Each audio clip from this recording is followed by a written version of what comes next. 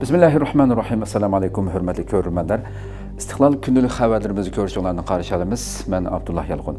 Programmamizda vatanimiz Sharq Turkiston va dunyo kun tartibidagi eng muhim xabarlarni huzuringizga sunamiz. Qaynamsiz diqqatinglar ekranimiz bo'lsin. Xitoy irqiy qirg'inchilik davomlashayotgan Sharq Turkistonda usul festivali o'tkazdi. Xitoy Sharq Turkistonda davomlashayotgan irqiy qirg'inchilik jinoyatini pardozlash uchun yaqinda yana cho'ng ko'lamlik xalqaro faoliyat o'rinlashtirgan bo'lib, Xalqaro millatlar usul festivali 20-iyul Urumchida boshlangan.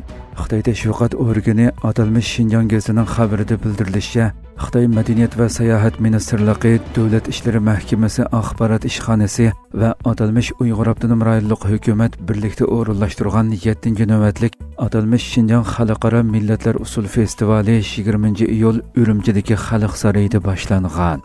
Echilish marosimida Xitoy Madaniyat va sayohat ministrligining muavin ministri Gao Jing, atalmish Uyg'ur avtonom rayonlik partiya komitetining yangidan almashtirilgan sekretari Chin Shaojang, Qo'rchoq rais Erkin Tunyas qatorliqlar so'z qilgan.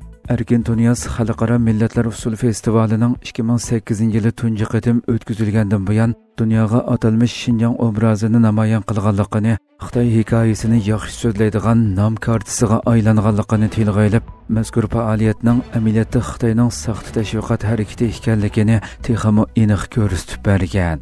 Xabarda qayd qilinishicha, bu navbatlik usul festivalida usul o'ynayli iborasi bosh tema qilingan bo'lib, Xitoy va chet elning 24 san'at o'mikining usulliq teatr, opera, balet qatorliq 50 kishi maydon numur o'rinlaydiganligi, bir qator yurishlik faoliyatlar o'tkazildiganligi, usul festivalining 5-avgustgacha davomlashadiganligi bildirilgan.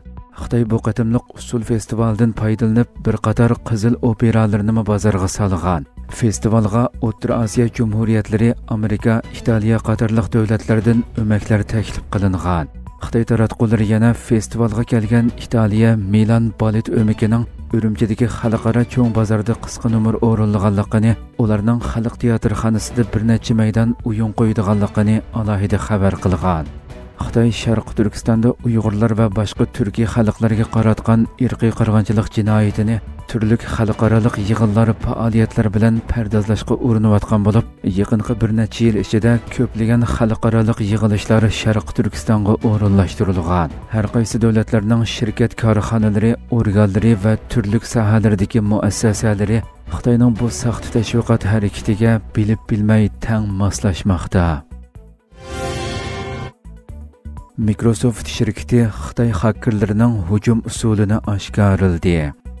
Microsoft shirkati Xitoy rejimining qo'llashidagi xakerlar guruhlarining xalqaroda keng ishlatiladigan yumshoq detal SharePoint'dagi bexatarlik yutuqidan foydalanib, keng doiralik hujum qo'zg'ayotganligini oshkorladi.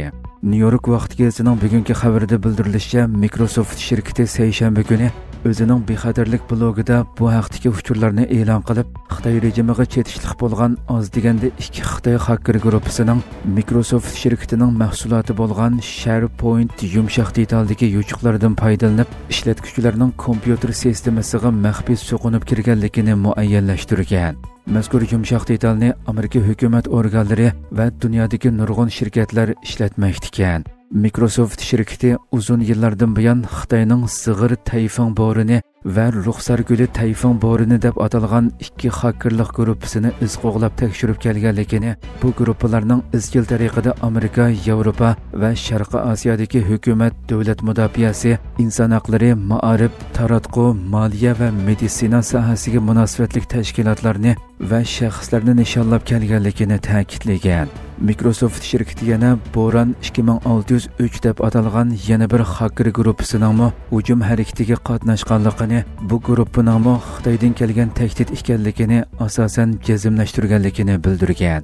Xabarda qayd qilinishicha, tor bexatarligi shirkati Ice Security dunyodagi 23 mingdan ortiq SharePoint mulozimatini tekshirib chiqqanligini, buning ichida 400 dan ortiq sistemaning buzilganligini bayqaganligini bildirgan va ishlatuvchilarning uchur bexatarligini qo'g'dash uchun qo'shimcha mudofaa tadbirlarini qo'llanishi kerakligini ta'kidlagan.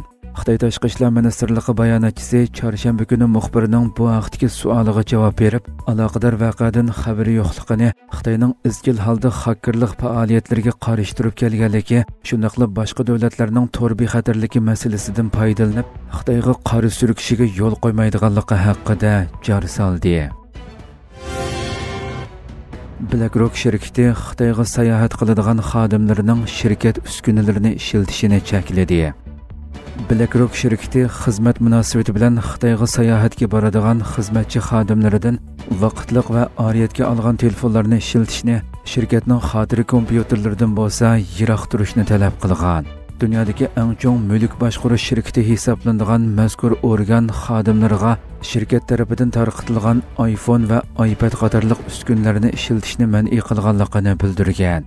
Bloomberg xabarlari egillagan ichki xat aloqa hujjatlariga asoslanganda, shirkatning o'z xodimlarining Xitoyda shirkatning xotira kompyuterlarini ishlatishini yoki VPN orqali yiroqdan to'g'ri chiqishini cheklaganligi ko'rsatilgan. Hatto shaxsiy sabablar bilan Xitoyga borgan taqdirdami shirkat to'rini ziyorat qilishga bo'lmaydiganligi uqtirilgan. Reuters xabar agentligi mazkur xabarni mustaqil holda dalillayolmagan.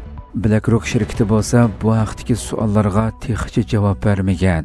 Shuning bilan birga Amerika Tashqi ishlar ministrligi dushanba kuni bayonot e'lon qilib, Xitoy rejimining shaxsiy ishlari bilan davlatga kirgan va ismini oshkorlashni xohlamagan bir Amerika patent va tovar markasi idorasi xodimining Xitoydan ayrilishini cheklab qo'yganligini e'lon qilgan. Bu oyning 5-ida bo'lsa, Wells Fargo bankisining bir xodimining Xitoydan chiqishiga ruxsat qilinmaganligi ilgari surilgan edi. Xitoy rejimi bu bank xodimining bir jinoiy ishlar delosiga chetishlik ekanligini da'vo qilgan edi.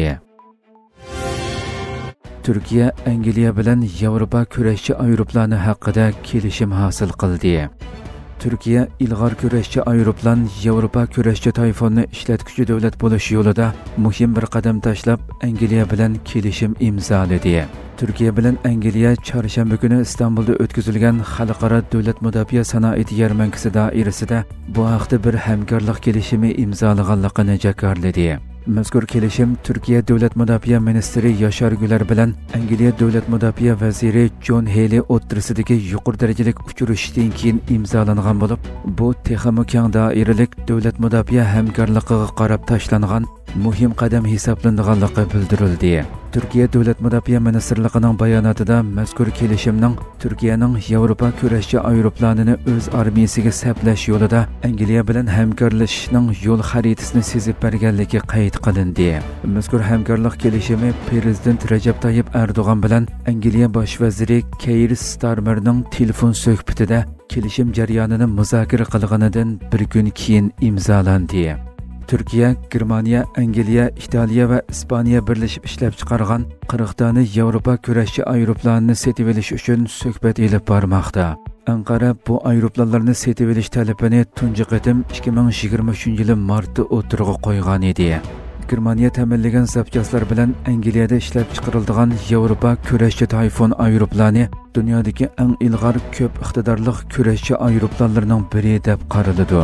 Bu kelishim orqali Turkiya havo armiyasining iqtidorini ko'p xillashtirish yo'lida yana bir qadam tashlash bilan birga NATOdagi muhim ittifoqdoshlar bilan bo'lgan davlat mudofaa hamkorligini kuchaytirmoqda. NATOning ikkinchi cho'ng armiyasiga ega Turkiyaning davlat mudofaa salmoqi yaqinqi mezgillarda nurg'un Yevropa rahbarlari tomonidan alohida ta'kidlanib kelmoqda.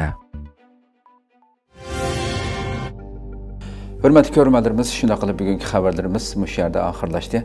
Atigi programmamizni ko'rishgacha omon bo'linglar. Assalomu alaykum va rahmatulloh.